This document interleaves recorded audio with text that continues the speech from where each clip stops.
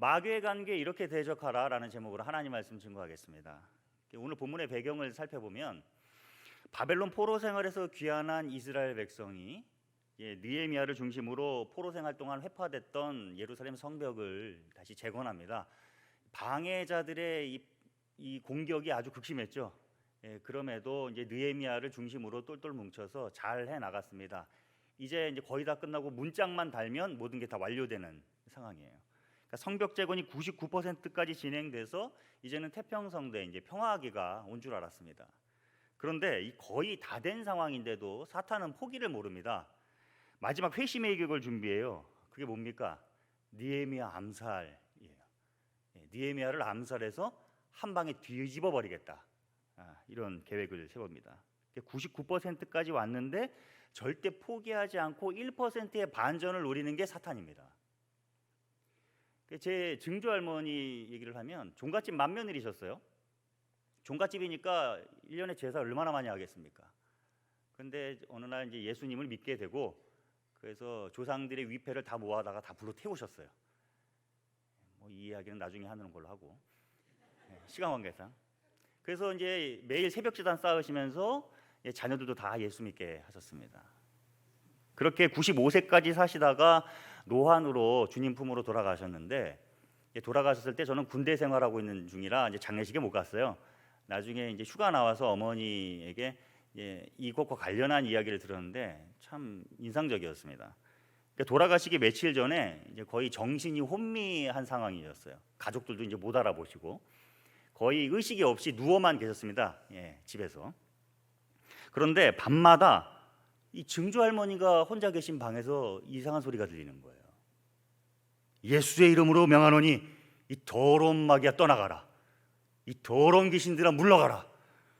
이게 무슨 일이냐? 사람이 죽을 때가 되면 이제 혼이 열린다고 하죠. 그래서 이제 평상시에 보이지 않던 영적인 것들이 보인다고 해요. 아마 그런 게 아니었을까. 이제 혼이 열려서 이제 명확하게 보이시는 것 같아요. 어떤 게요? 귀신들이 이 숨이 넘어가는 그때에도 그냥 붙잡고 지옥으로 끌고 가려고 공격을 하는 거예요. 그래서 숨이 넘어가시면서도 힘을 내서 예수님을 붙들고 대적을 하신 것 같습니다. 수십 년 동안 강력한 믿음 생활을 하셨기 때문에 이제 사탄이 포기할 만도 한데 그런데도 사탄은 죽기 전까지 최후의 반전을 노리고 있었다는 거예요. 제가 이 이야기를 들으면서 이 두 가지가 생각이 났습니다. 하나는 하나님의 은혜가 아니면은 구원받는 거 불가능하구나. 그래서 숨이 넘어가는 상황에서도 예수의 이름을 외칠 수 있게 우리 하나님께서 힘을 주신 거예요. 그렇지 않고 어떻게 다 죽어가는 노인이 가족들 다 깰 정도로 그렇게 쩌렁쩌렁하게 귀신을 내쫓을 수 있겠습니까? 또 생각나는 다른 하나는 살아있을 때 예수 제대로 믿어야겠구나. 그 정신없는 상황에서 자동적으로 예수님이 나왔다는 건 평상시에 예수로 충만했다는 얘기 아닙니까? 그러니까 이런 점에서 우리는 에베소서 6장 10절부터 11절까지의 말씀을 항상 마음에 담아두고 있어야 됩니다. 이렇게 말해요. 끝으로 너희가 주 안에서와 그 힘의 능력으로 강건하여지고 마귀의 간계를 능히 대적하기 위하여 하나님의 전신갑주를 입으라. 아멘. 전신갑주를 입으랍니다. 예수 믿는 사람은 누구나 다 할 것 없이 영적 전쟁 중에 있다는 거예요. 그래서 군인이 무장한 것처럼 우리도 영적으로 무장되어 있어야 된다는 거죠. 왜요? 사탄은 포기를 모르는 존재이기 때문에. 그리고 아까 전에 읽었던 11절에 보면 마귀의 간계 이렇게 얘기해요. 간계가 뭡니까? 속이려고 치밀하게 꾸민 교활한 음모예요. 그러니까 마지막까지 우리에게 치명상을 입히려고 도무지 분간하기 힘들게 전쟁인 듯 전쟁 아닌 전쟁 같은 공격을 한다는 거예요.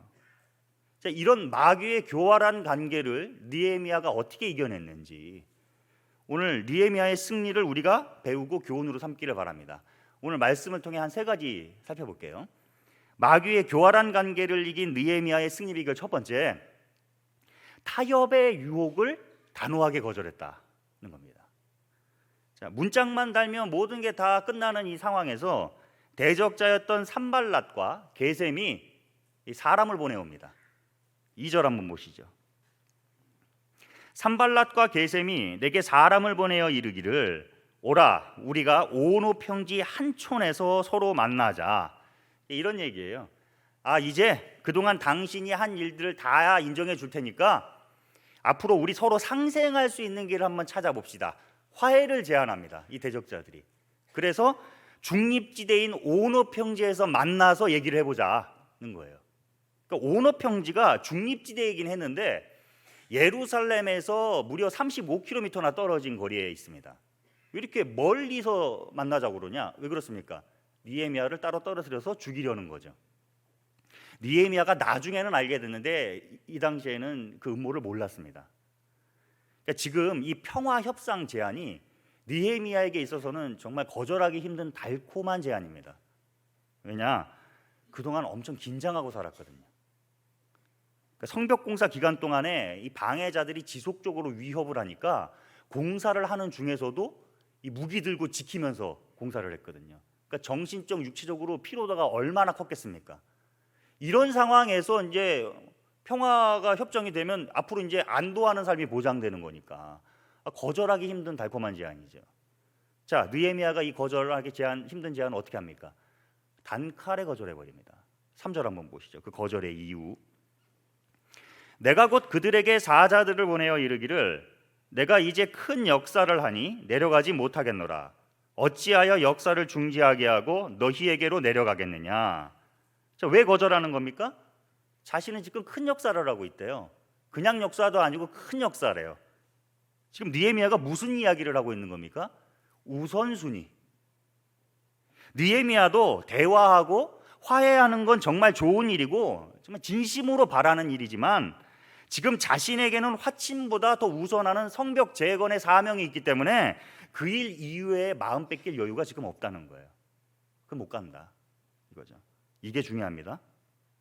사탄은 우리가 딱 보면 거절할 만한 제안을 절대 하지 않습니다. 사탄은 멍청하지 않아요. 지혜로운 존재예요. 정말 좋고 보기 좋고 필요할 만한 먹음직도 하고 보암직도 하고 먹음직도 하고 탐스럽게 할 만한 그런 제안들을 합니다. 이게 정말 치명적이고 교활한 음모예요. 여기 독이 숨어 있어요. 이걸 분별하여 단호히 거절할 줄 알아야 됩니다. 이런 사탄의 교활한 타협 음모는 성경 곳곳에 나오는데 대표적으로 출애굽 사건에서 우리가 알 수 있어요. 모세가 바로에게 찾아가서 이스라엘 백성을 보내라고 하십니다 라는 하나님의 명령을 전달하죠. 그거 들은 바로는 어떻게 합니까? 콧방귀도 안 끼죠. 꿈쩍도 안 합니다. 그래서 그 유명한 10가지 재앙이 시작되잖아요. 첫 번째 재앙 뭡니까? 나일강이 피로 변하고, 두 번째는요 나일강에서 개구리들이 올라와서 싹 다 덮고, 세 번째는요 티끌이 이가 돼서 사람과 가축에 다 들러붙고. 여기까지는 바로가 잘 견뎌요. 워낙 강팍해가지고. 근데 네 번째 파리 재앙을 겪은 후부터는 타협안을 제시합니다. 많이 힘들었는지. 출애굽기 8장 28절에 이렇게 얘기를 해요. 바로가 이르되 내가 너희를 보내리니 너희가 너희의 하나님 여호와께 광야에서 제사를 드릴 것이나 너무 멀리 가지는 말라. 그런즉 너희는 나를 위하여 간구하라. 그러니까 얼핏 보면 신앙적인 말 같죠. 보내준다는 얘기 같죠. 근데 이게 마귀의 관계예요. 이 안에 숨어있는 관계를 우리는 찾아내야 됩니다. 뭐예요? 뭘 찾아내야 돼요? 너무 멀리 가지는 말래요. 이게 무슨 뜻이겠습니까? 이런 소리예요. 야 그래 예수 믿어. 믿는 거 아주 좋아. 하지만 너무 지나치게 믿지는 말자. 너무 깊이 빠지지는 말자. 뭐 수요 예배, 기도회, 봉사 이런 것까지는 하지 말고 그냥 주일에 시간 날 때 와가지고 예배하는 그건 취미생활 정도로만 믿자. 가볍게. 바로는 8번째 메뚜기 재앙 때는 이렇게 제안을 합니다. 출애굽기 10장 11절. 그렇게 하지 말고 너희 장정만 가서 여호와를 섬기라. 장정만 가라. 가기는 가되 남자들만 가고 아내와 아이들은 놔두고 가라 이 얘기예요. 무슨 말이에요? 그래 너만 믿으면 되지. 왜 자식들까지 믿게 하느냐? 우선은 너희들만 열심히 믿고 자녀들은 일단 좋은 대학 간 다음에 좋은 직장 취업한 다음에 열심히 신앙생활을 하게 하자. 여기서들 많이 넘어지죠. 우리 부모들은 자녀의 대학 입시, 취업 앞에 모질지 못합니다. 그런데 이 사사시대가 왜 암흑시대였는 줄 아세요? 신앙이 후손들에게 전수되지 못했기 때문에 그렇습니다. 그래도 안 되니까 바로가 9번째 흑암 재앙에서는 이렇게 말을 해요. 출애굽기 10장 24절. 바로가 모세를 불러서 이르되 너희는 가서 여호와를 섬기되 너희의 양과 소는 머물러 두고 너희의 어린 것들은 너희와 함께 갈지니라. 양과 소는 머물러 두고 가래요. 다 가도 좋다. 이게 무슨 뜻이에요? 그래, 믿어라. 자식들도 다 데리고 온 가족이 믿어라. 그러나 돈까지 바쳐가면서 믿을 건 뭐냐? 그건 놓고 믿자. 물질의 헌신 없이 그냥 입술로만 헌신하는 얘기예요. 물질 있는 곳에 마음 있다고 했어요. 물질로 헌신하지 못한다는 건 결코 어떤 헌신도 할 수 없다는 얘기입니다. 그냥 하지 말자는 얘기예요, 결국에는. 그러니까 사탄의 타협안은 말이 됩니다. 일리가 있어요. 합리적인 것 같아요. 그러나 그건 진리가 아니죠. 아무리 좋은 일이라 할지라도 그것이 하나님 나라와 하나님과의 관계라는 이 핵심을 흐린다면 단호하게 거절해야 됩니다. 그래서 이 신앙은 철학이 있어야 돼요. 그 많고 많은 중요하고 또 좋은 일들 중에 어떤 것이 하나님이 원하시는 건지, 어떤 것을 최우선순위로 삼아야 되는 건지, 이 우선순위를 붙잡는 통찰, 철학이 있어야 됩니다. 이게 없으면 사탄의 교활한 음모에 놀아나게 되는 거예요. 수련회 준비를 한다면서 예배를 안 나갑니다. 이렇게 얘기하죠. 수련회도 하나님의 일 아닌가요? 철학이 없으니까 분간이 안 되는 거예요. 그래서 항상 말씀과 기도가 필요합니다. 말씀과 기도로 단련될수록 나의 신앙 철학이 올바로 형성이 되는 거거든요. 이건 누가 가르쳐줘도 되는 게 아닙니다. 본인이 느껴야 되는 것이죠. 여러분은 지금 하나님께서 맡기신 큰 역사, 사명에 집중하고 계십니까? 아니면 좋은 일이라는 이 타협 안에 넘어가서 온호평지로 달려가고 계십니까? 친구 만나는 거 나쁜 거 아닙니다. 만나야죠. 취미생활 필요합니다. 그래야 숨 쉬죠. 자기개발 반드시 해야 됩니다. 열심히 하셔야 돼요. 그러나 그게 나의 예배를 뺏으면 안 되죠. 그것 때문에 내 안에 속사람이 더러워지면 안 되는 거죠. 우리는 하나님을 드러내는 거룩한 자로 부르심을 받은 자들이에요. 제 아버지가 사역하시는 교회에 여자 집사님이 한 분 계셨습니다. 20년 전쯤에 제 어머니가 이제 동네 전도를 하러 다니시다가 이 집사님을 만나셨어요. 현관문을 두드렸는데 웬 젊은 아기 엄마가 정말 불쌍한 몰골로 갓난아기를 업고 나오더래요. 그래서 이제 얘기가 돼가지고 얘기를 들어보니까 6살 어린 남자와 이제 동거하며 살다가 이제 임신해서 배가 불렀는데 남자 친구의 어머니가 그 집에 왔다가 그게 들켜가지고 이제 결혼을 하게 됐대요. 근데 남자가 어리고 악해서 철이 없어요. 그대가 악해요. 악한 것 같아요. 도박하고 나이도 어린데 술 먹으면 패고 성병 어디서 걸려와서 아내한테 옮기고 아이 때문에 죽지 못해서 살고 있는데 그때 마침 어머니를 만난 거예요, 제 어머니를. 그래서 사정을 다 들은 어머니가 딱 해가지고 그래 우리 예수 믿자 복음을 전했는데 그럼 순순히 받아들이더래요. 얼마나 그 마음이 순수한지 예배 때마다 이제 은혜를 받기 시작하고 추운 겨울에도 잊혀지지가 않아요. 그 영하 10도, 20도 가까이 될 때 아기를 들쳐 업고서는 기도에 예배 막 나오기 시작합니다. 신앙이 쑥쑥 자라나요. 그렇게 신앙이 자라나니까 핍박이 오기 시작해요. 이 남편이 상상을 초월할 정도로 패는 거예요. 머리를 붙잡고 막 땅에 짖어가지고 뇌가 붙지를 않나. 저는 뼈는 부러진 거 봐서 뇌 붙는 거는 못 봤습니다. 눈은 거의 일주일에 한 번씩 시퍼렇고 갈비뼈는 툭 하면 맞아가지고 부러져가지고 병원에 입원하고 그래도 지지 않았습니다. 눈에 안대를 하고 머리에 붕대를 감고서라도 예배의 자리에 나왔어요. 기도의 자리에 나왔어요. 왜요? 주님의 은혜 없으면 못 살 것 같으니까. 그렇게 집사직분도 받고 신앙에 성장했습니다. 그런데 이게 무서운 게 뭐냐면 핍박을 해도 안 되니까 사탄이 전수를 바꾸기 시작해요. 그 괴롭히던 남편이 잘해주기 시작합니다. 밤에 데이트 나가자. 호프집으로. 우리 일요일 하루 쉬는데 가족들과 여행도 좀 가야 될 거 아니냐. 그렇게 핍박당하다가 막 잘해주기 시작하니까 좋은 거예요. 이 좋은 분위기를 놓치기 싫은 거예요. 충분히 이해가 갑니다. 저라도 그러겠어요. 맞아보신 분만 압니다. 여기는 맞아보신 분이 안 계셔도 모를 텐데, 전 군대에서 맞아봐가지고 압니다. 잘해주면 그렇게 고마울 수가 없더라고요. 그런데 이게 관계인 줄 알고 경계했어야 되는데 지나고 나니까 그게 좀 아쉽습니다. 남편 비유 맞춰주느라 호프집에 가서 술 한두 잔 먹게 되고, 또 뭐 주일에 가족여행 가자는 남편의 성화에 그냥 오전 예배만 마치고 이제 여행 가는 일이 계속 이어집니다. 남편이 잘해주면서 매주 나가자는 거예요. 그러다가 이렇게 수요 예배, 기도에 하나둘씩 타협을 하더라고요. 그러다가 몇 년 전에 소식을 들었는데 이 집사님 아예 신앙생활을 안 합니다. 오히려 남편보다 더 술을 잘 먹는데요. 술거래가 됐어요. 또 지인들과 막 놀러 다니느라 정신이 없더니 급기야는 남편에게 이혼 요구하면서 두 자녀를 버리고 집을 나가서 딴 집사님을 차려버렸대요.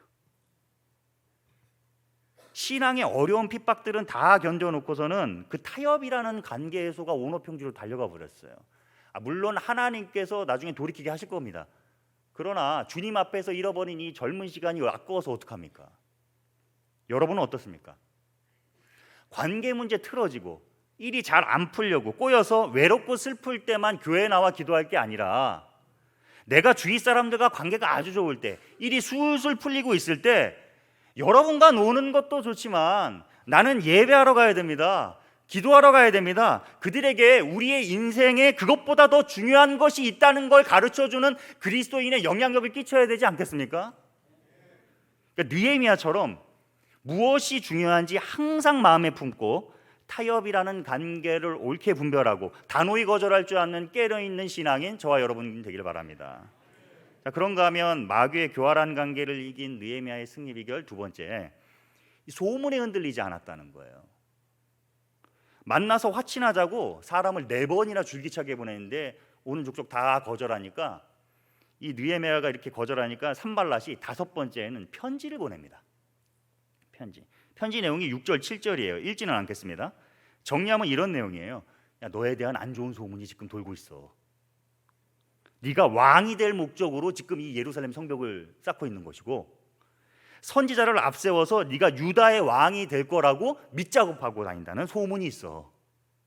야, 이거 사태가 심각하니까 나랑 빨리 만나서 이 문제에 대해 한번 이야기를 나눠보자. 근데 여기에 함정이 있습니다. 이 편지를 보낼 때 어떻게 보냈느냐예요. 5절 한번 보시죠. 5절. 산발랏이 5번째는 그 종자의 손에 봉하지 않은 편지를 들려내게 보냈는데, 자, 봉하지 않고 보냈습니다. 자, 편지 봉투가 열려 있어요. 그 전달하는 사람이 볼까요, 안 볼까요? 궁금해서 보겠죠. 그걸 노린 겁니다. 느헤미야한테 가든 안 가든 상관없어요.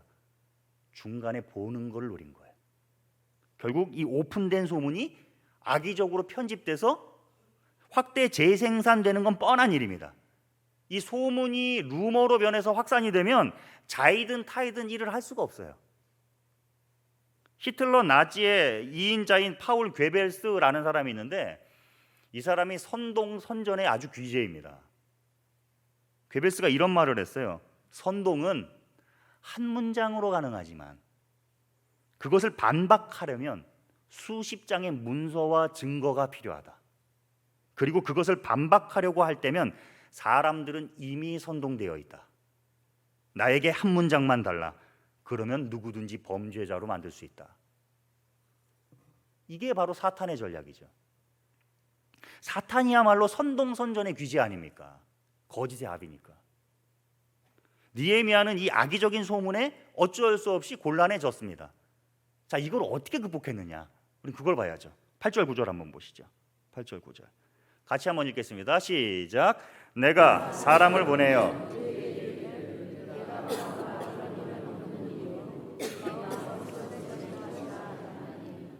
이는 그들이 다 우리를 두렵게 하고자 하여 말하기를 그들의 손이 피곤하여 중지하고 이루지 못하리라 함이라. 이제 내 손을 힘있게 하옵소서 하였느니라. 아멘. 느헤미야가 어떻게 반응했습니까? 억울하잖아요. 그래서 자기 결백을 해명하고 진상규명하러 다녔나요? 그러지 않습니다.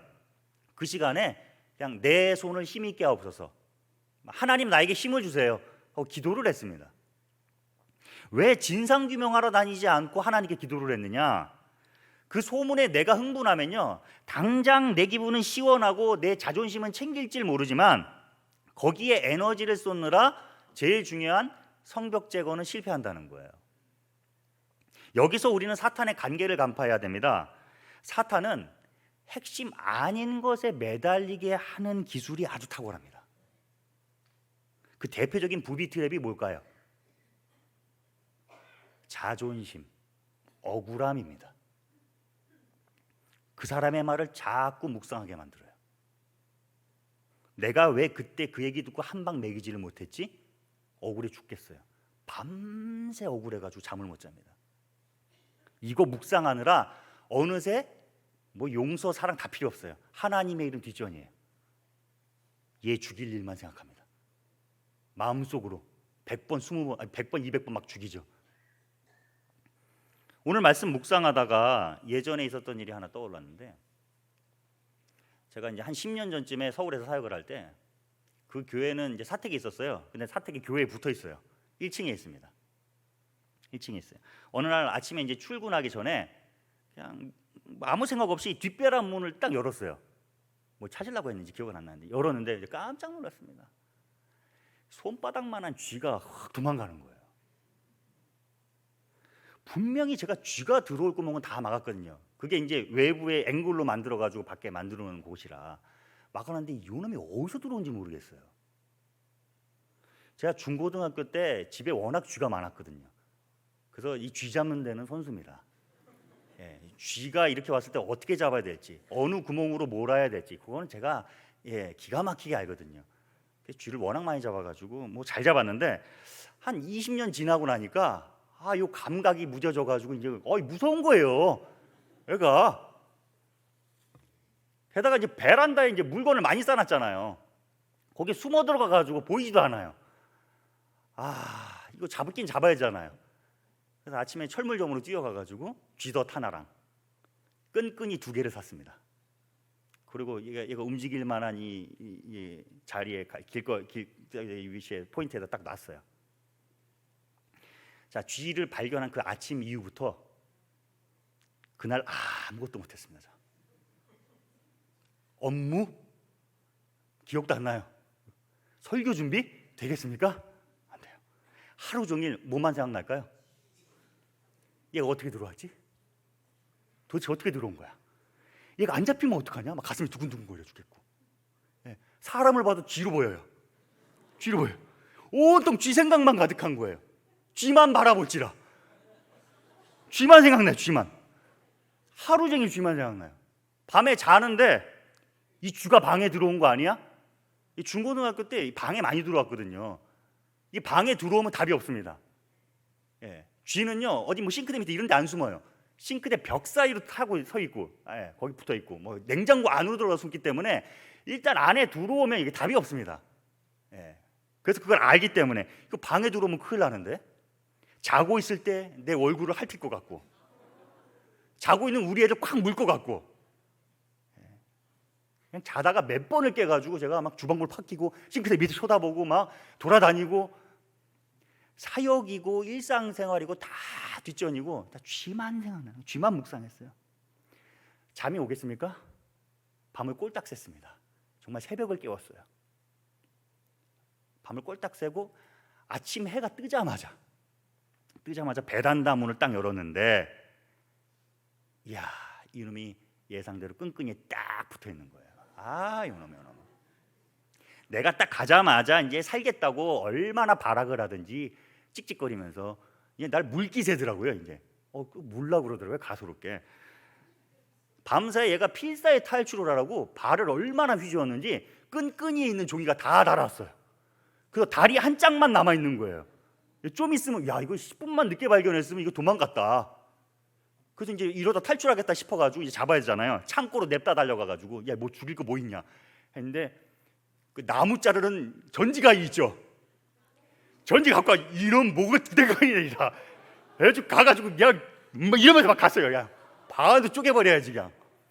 그래서 반으로 쪼개려고 딱 됐는데 쪼갰다가는 이 피가 낭자하고 이게 처리가 힘들 것 같아가지고 그래 참자.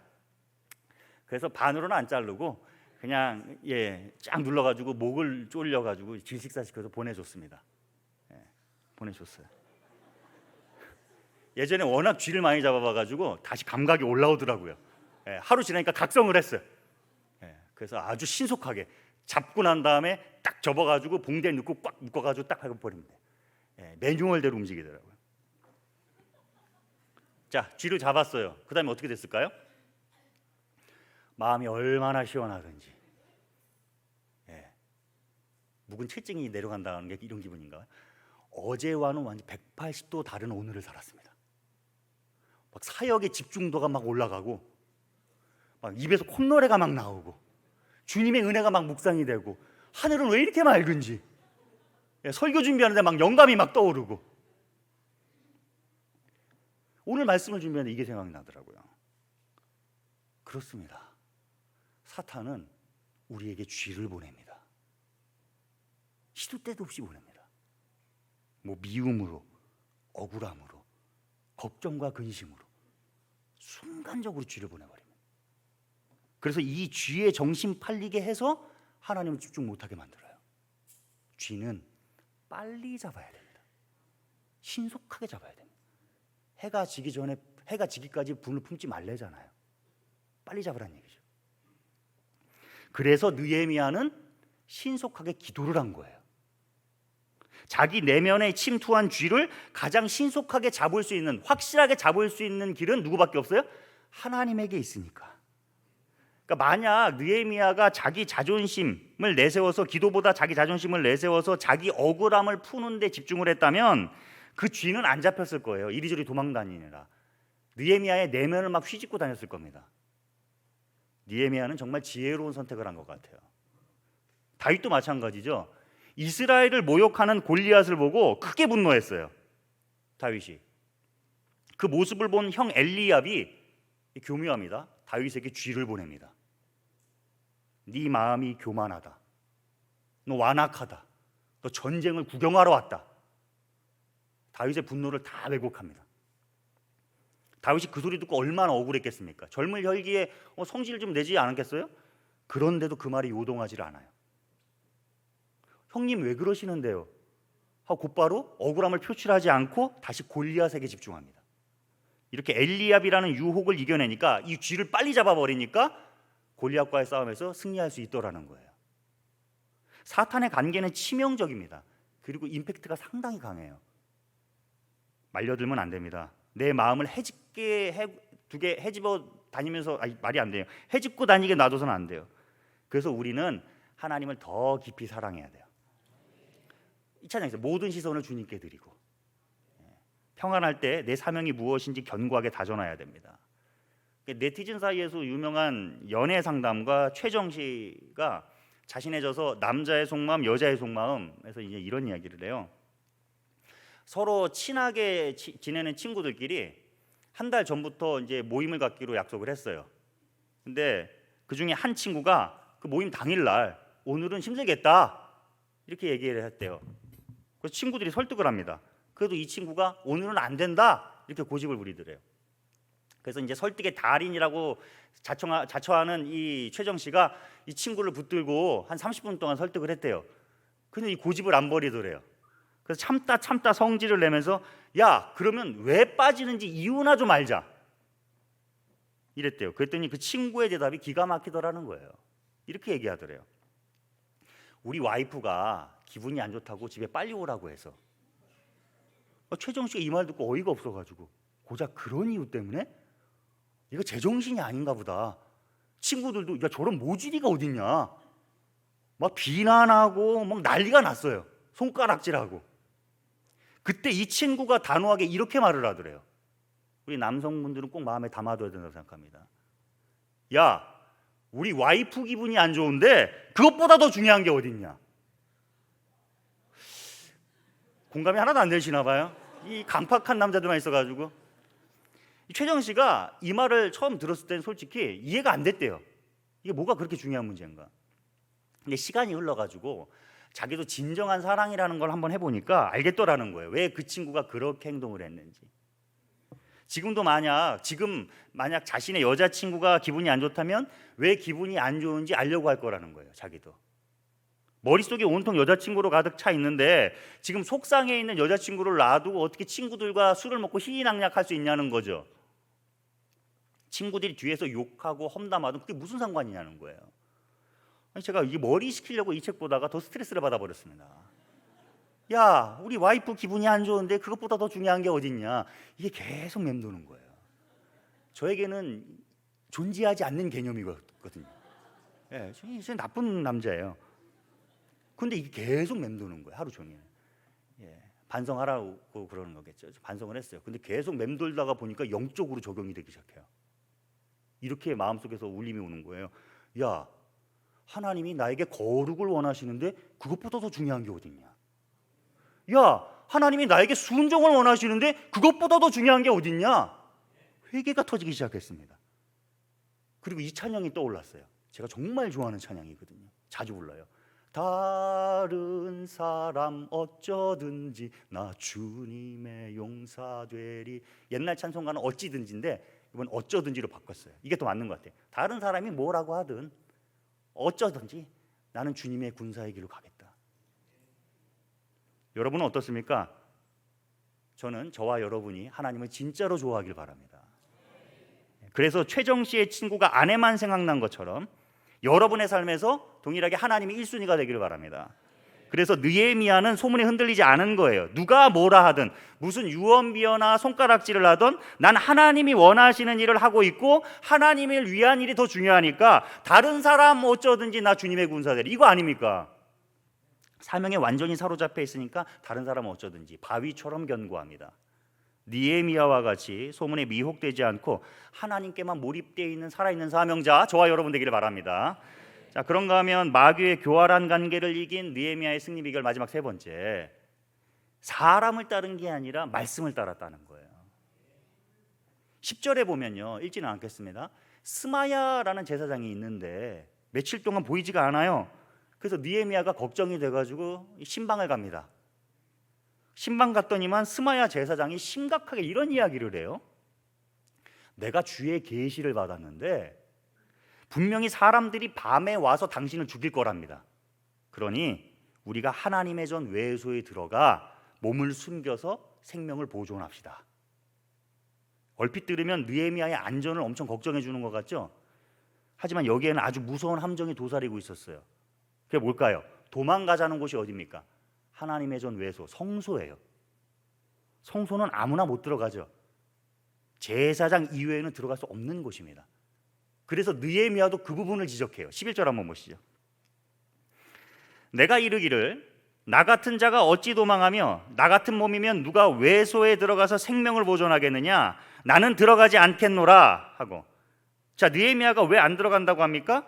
제사장 이외의 사람이 성소에 들어가면 살아나올 수 없다고 율법에서 말하고 있는데 들어가지 말라는 게 율법의 얘기인데 내가 어떻게 지금 들어갈 수 있겠냐는 거예요. 아무리 제사장의 말이라도 율법 위에 있지는 않다는 거예요. 스마야 제사장이 왜 이렇게 한 겁니까? 12절에 보면요, 대적자 산발랏에게 뇌물을 먹고 느헤미야를 죽이는데 같이 동참한 거죠. 가장 믿었던 영적 지도자마저 음모의 도구가 됐어요. 사탄의 간교함은 정말 소름 끼칠 정도입니다. 나를 넘어뜨릴 수만 있다면 내가 가장 믿는 목사님, 내가 마음을 열어서 터놓고 얘기하는 교회 사람, 내가 가장 좋아하는 친구, 그 누구라도 이용해서 관계를 세웁니다. 예전 사역지에서 이제 청년부 리더를 하고 있던 어떤 자매가 친구의 소개로 어떤 분한테 성경 공부를 배우고 있는데 정말 재밌다 이렇게 얘기를 해요. 교회 밖에서의 성경 공부? 뭔가 냄새가 나죠? 그래서 배우고 있는 거 가져오라고 그랬어요. 보니까 아니나 다를까 신천지 성경풀이였어요. 비유풀이였어요. 이 자매가 크게 충격을 받았습니다. 신천지 성경 공부했기 때문이 아니에요. 자기를 거기로 이끈 친구 때문이에요. 무려 25년 동안 교제를 했던 소꿉친구였어요. 근데 어떡합니까? 절교하라고 했죠. 그것 때문에 오랜 시간 동안 힘들었습니다. 후유증 때문에.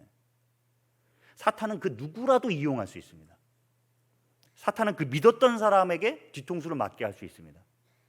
그렇기 때문에 우리는 사람이 아니라 말씀을 따라야 돼요. 종교개혁의 핵심이 바로 이거 아닙니까? 최고의 권위는 사람 교황에 있는 게 아니라 누구에게 있습니까? 오직 하나님 말씀에 있다. 이게 우리가 외치는 개혁주의잖아요. 그러니까 목사라는 사람이 앞에 서가지고 자기의 권위를 가지고 딴소리를 하면 어린아이가 아니 목사님 성경 말씀에 이렇게 되어 있는데 왜 목사님 딴소리를 하십니까? 이러면 아멘 하고 어린아이의 이야기를 따라가는 거. 그것이 개혁교회 살아있는 공동체라는 겁니다. 최고의 권위는 말씀에 있어요. 1980년대에 한국교회를 완전히 뒤집어 놓은 책이 하나 있습니다. 펄시 콜레 박사의 내가 본 천국이라는 책이에요. 얼마나 인기가 있었는지 출판사가 이 물량을 감당하지 못해서 없는 사람들은 서로 복사본을 만들어서 돌려줄 정도였어요. 저희 집에도 그 책이 한 권 있었거든요. 펄시 콜레 박사가 우리나라에 와서 집회를 했습니다. 그때 극동방송, 당시 극동방송의 부사장이었던 송영필 목사님이 통역을 했는데, 송영필 목사님이 통역을 하시다가 갑자기 통역을 멈추고 펄시 콜레 박사에게 얘기를 해요. 스탑, 당신 왜 성경에 없는 얘기를 합니까? 펄시 콜레 박사에게 간증을 중단할 것을 요구했어요. 펄시 콜레 박사가 천국에 갔더니 솔로몬이 노동을 하고 있더래요. 성경에 있는 내용이던데. 그래, 이해한다 쳐도 그 노동을 하는 장소가 천국도 지옥도 아닌 제3지대에서 하고 있다는 거예요. 아, 이게 성경에 그런 얘기가 어디 있습니까? 천주교에서 얘기하는 뭐 연옥설 같은 얘기를 하고 계속해서 성경에도 없는 천국을 얘기하더래요. 송영필 목사님이 아, 이건 성경에 없는 얘기다, 간증을 중단하라 요구했는데, 이 펄시 콜레 박사 말을 안 듣고 계속 얘기를 하니까 결국 난 통역 못한다 하고 마이크 내려놓고 내려와 버렸어요. 하지만 다른 목사님이 올라와서 통역을 했고, 많은 사람들이 이 펄시 콜레 박사에게 안수받으려고 집회는 새벽까지 계속됐어요. 그런데 나중에 이 비서의 폭로를 통해 알게 됐어요. 이게 다 가짜 사기극이라였다는 거. 게다가 이 사람은 기독교인도 아니었어요. 천사 숭배자였습니다. 말씀을 알아야 됩니다. 알아야 뭐가 진짜고 가짜인지 분별할 수가 있습니다. 모르면 미혹당하는 거예요. 요한계시록에 보면 적그리스도의 미혹에 수많은 사람들이 다 넘어간다고 하죠. 왜 이렇게 쉽게 넘어가는 겁니까? 사람들이 완전히 혹할 만한 무기를 장착하고 있기 때문이래요. 그 무기가 뭡니까? 이적과 기사. 큰 이적을 행하고 심지어 불을 하늘에서 떨어뜨린대요. 그걸 보여주면서 난 이렇게 신으로부터 능력을 받은 사람이다, 이러니까 그 미혹에 다 넘어가게 되는 거죠.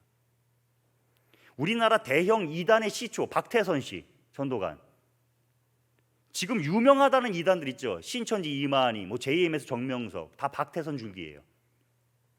박태선 씨도요, 처음에는요 엄청난 기적을 일으키는 은사자였습니다. 우리 합동 측 장로였어요.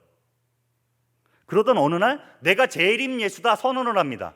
그럼 사람들이 떠나야 되잖아요. 그런데 수십만의 사람들이 박태선을 메시아로 추앙했어요. 말씀이 아니라 사람을 따르니까 미혹이 되는 겁니다.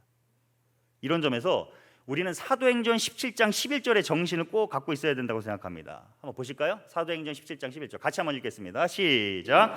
베레아에 있는 사람들은 간절한 마음으로 말씀을 받고 그러한가 하여 날마다 성경을 상고함으로. 아멘. 베레아 사람들은 바울에게 말씀을 들었어요. 다른 사람도 아니고 하나님의 종 바울이 하신 말씀이에요.